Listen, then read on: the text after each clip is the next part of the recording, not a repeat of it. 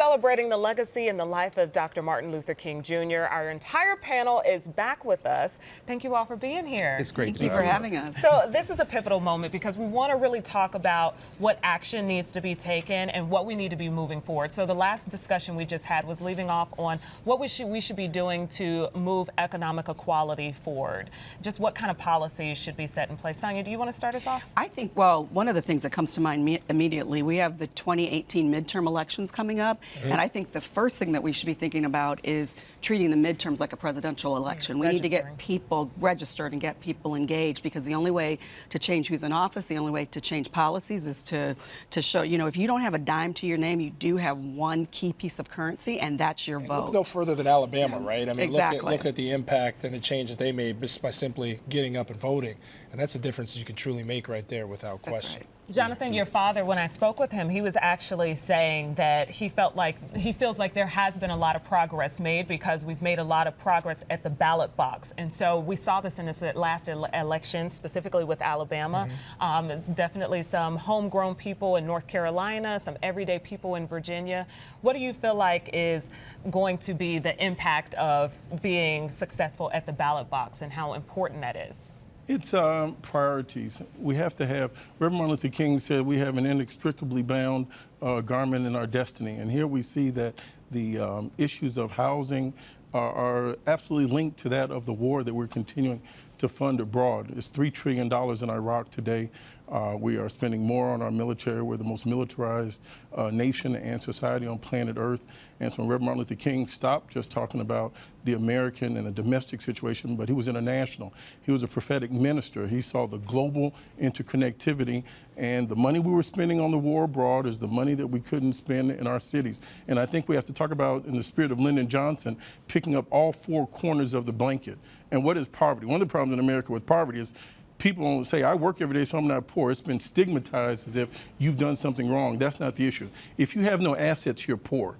And so school has gotten out of reach. That needs to be brought in so there's equal opportunity. Not just affordable housing, but people have to have jobs where they can afford their housing. So it can't be a long-term subsidy, but people have to be able to earn more money. So it's economic priorities, and I think that's the way we honor Martin Luther King, not with what politicians are doing now, saying we have a day of service, clean your bathroom, clean your neighborhood. You should do that anyhow.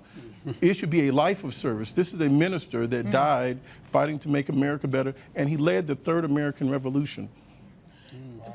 You know, one of the things that is a head scratcher to me as I try and wrap my head around, you know, having change here in 2018 in a different kind of way than back during the Civil Rights Movement is, you know, 50 years of service for Reverend Jesse Jackson. Dr. Martin Luther King spent his life, his very young life cut short, trying to have that impact. Malcolm X, these are some of the great leaders that really pushed the envelope and got us where we are today, with still a lot more work to do.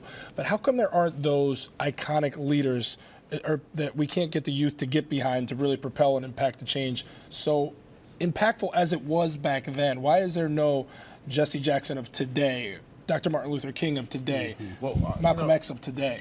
Honestly, I believe that there are. Okay. I don't believe that the revolution, that type of revolution, is televised. It's community-led. So if you look at Aisha Butler from Rage Inglewood, I would hold her up with some of the great leaders. If you look at some of, you know, what my brother Jahmal is doing, like, you know, so the work is being done from a group-centric community level. Also, I would say, how do we broaden that? Well, there are 30. Let's talk about how to broaden that. There are 30,000 Haitians that are in Chicago. That as a black community, we need to stop defining ourselves as just African American. There are 20,000 Ghanans that are in Chicago. The president actually opened up a pot to say, in your city, the world exists. And so we need to connect with different forms of blackness and broaden blackness, different forms of community interests, you know. So the Haitian problem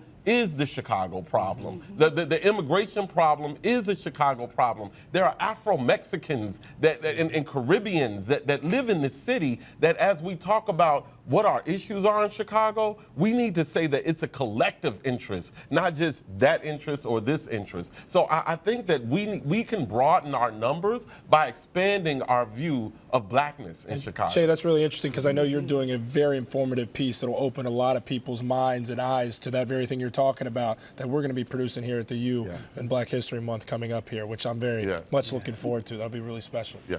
Cooperative economics, that's something that we've gotten away from. Do you know the person who can provide you with a product that you can purchase?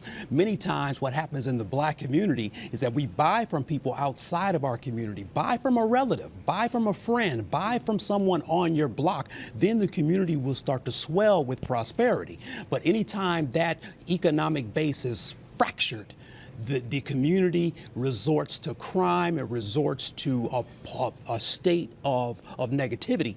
And King, X, all of the leaders of the past, they did not want that. They wanted us to come together as a collective. Jahmal Cole, the things that he's doing, exposing young people to things they've never seen before. That right there is black leadership. Okay. All right. And if I could say something about what Mr. Cole is doing, is he has stepped in where the Chicago public school system has failed. So we should continue to support him, but our tax dollars go to the Chicago public school system that does not have an elected board, that has had the largest closure of elementary schools in the history of the nation, that's had a child that was murdered, Laquan McDonald, that the officer is still walking the streets. So if you ask, where is the new leadership? Some of the leadership has been frightened away. Other young people are stepping forward in the gap. And God is going to see a way, and I am so impressed with so many young people that are stepping forward. But it's institutional racism that we must confront. Absolutely an impressive panel. Guys, thank you so much for shedding light on this very glorious day, honoring Dr. Martin Luther King.